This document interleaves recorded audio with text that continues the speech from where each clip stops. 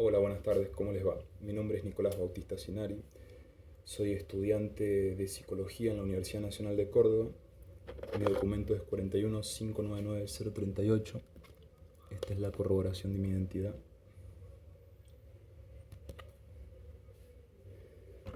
Eh, Estoy acá parado para responder una pregunta de mi examen final de la materia de epistemología en su cátedra B.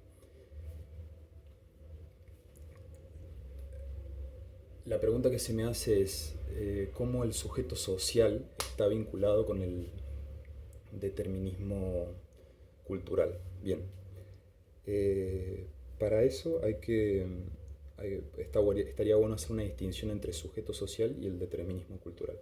Por un lado tenemos al sujeto social, que es un sujeto propuesto por Kuhn. Dice él que es un sujeto a priori, pero a su vez es un sujeto histórico. Es histórico porque dentro de sus escritos él desarrolla el concepto de matriz disciplinar. Esta matriz disciplinar surge en determinados momentos de la historia, caracterizados por la consolidación de un paradigma. Él también usa mucho el término paradigma, pero se le ve escaso para poder representar lo que él quiere transmitir con su obra. También es a priori porque esta matriz disciplinar supone una estructura formando una red neuronal donde esta comunidad científica piensa por el individuo que está metido en esa matriz. Entonces, quiero decir que el individuo, independientemente de lo que sepa, ya existe un conocimiento armado al cual él puede acceder como nativo en esa matriz y así resolver un determinado problema.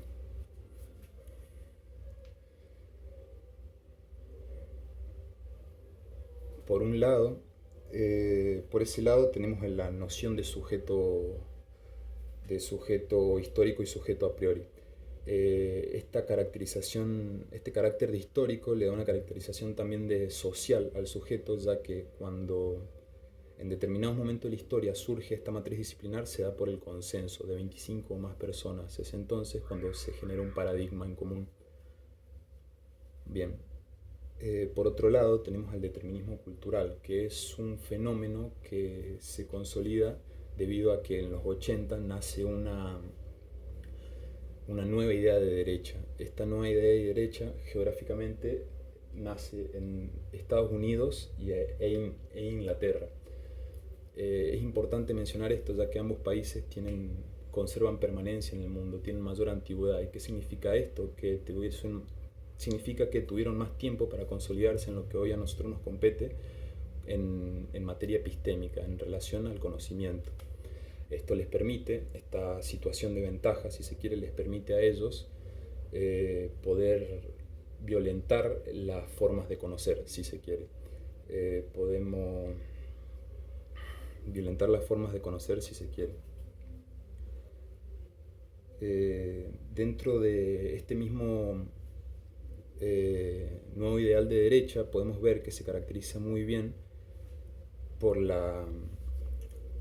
por el individualismo, la individualidad, que se opone a la sociedad histórica, donde los individuos tenían una responsabilidad recíproca ante él.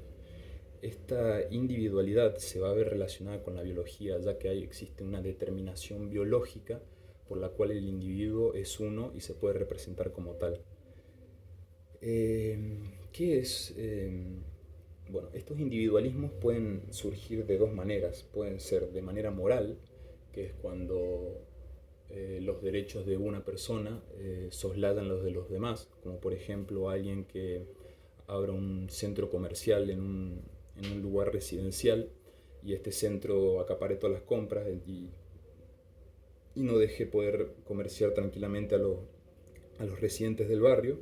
Ahí estamos viendo que los derechos individuales del que abre este centro comercial se sobreponen hacia los derechos de los demás habitantes del barrio. Bien, también existe una individualidad ontológica que, una individualidad ontológica que predispone que para que haya sociedad primero tiene que haber individuos y ellos hacen bien la separación entre individuo y sociedad, quedándose con la concepción de individuo. ¿Qué, ¿Qué quiere decir que exista un determinismo, ya sea biológico, ya sea cultural o de otra índole? Un determinismo quiere decir que todo fenómeno tiene una relación causal. Entonces, si ese determinismo se va a situar, por ejemplo, en la biología, vamos a ver que para la hora de resolver una pregunta o un problema, ese determinismo va a dar una respuesta reduccionista a este problema. ¿Qué quiero decir con esto? Que, por ejemplo, cuando se quiere analizar el porqué de las diferencias socioeconómicas, por ejemplo, a la biología le van a faltar un montón de herramientas de aproximación para poder sacar un resultado de ese fenómeno. En cambio, en vez de poder dialogar con otra disciplina, lo que hace es concebir una respuesta reduccionista, que es, por ejemplo, una respuesta genética, que dice que independientemente de cómo uno esté situado en el mundo, su condición, tanto económica como social, depende de los genes. Esto es peligroso, se puede notar como peligroso, ya que si bien este determinismo puede causar ignorancia, también puede causar nuevas comprensiones en relación a conceptos malignos, como puede ser el racismo, por ejemplo. Bien, entonces situando este determinismo biológico, que, al cual esta nueva derecha tiene interés para poder legitimar ideales suyos, eh, ideales suyos de su propia agenda, eh, podemos,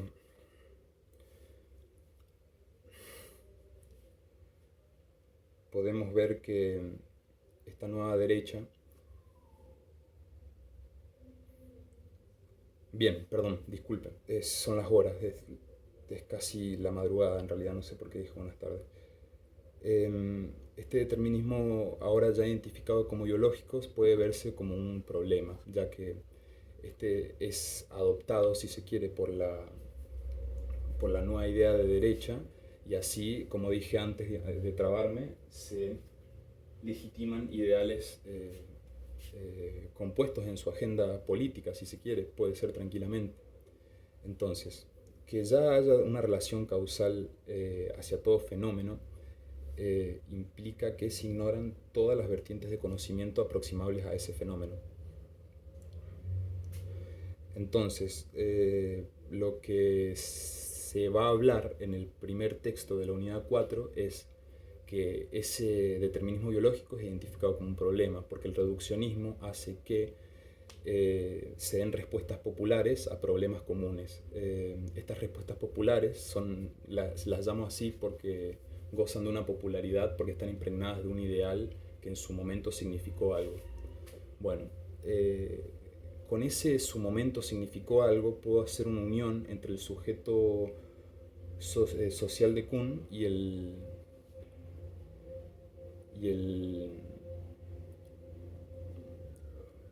y el determinismo cultural. Porque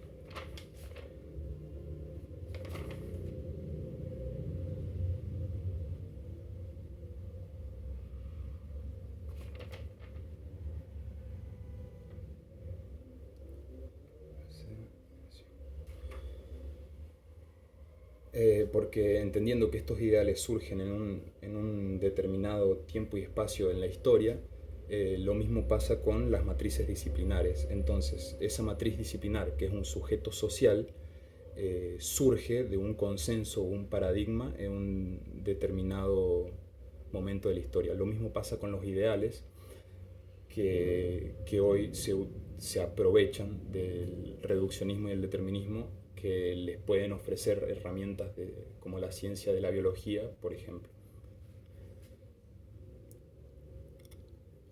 Para cerrar, podría decir que eh, el sujeto, una característica importante de cada concepto. El sujeto social es un sujeto, eh, es un sujeto cerrado, si se quiere, porque dentro de esa problemática de las matrices disciplinares existe una multiplicidad de mundos. Esa multiplicidad de mundos implica ver de diferente manera al mundo. Cada matriz disciplinar ve de diferente manera al mundo. y esto produce un problema de comunicación entre las matrices. Del otro lado, podemos extrapolar un problema similar, ya que al haber un determinismo, vemos que hay una sola opción para la resolución de problemas. Y eso lo que supone es que no haya una comunicación o un interjuego entre las disciplinas para poder generar un espectro más amplio de la concepción del objeto.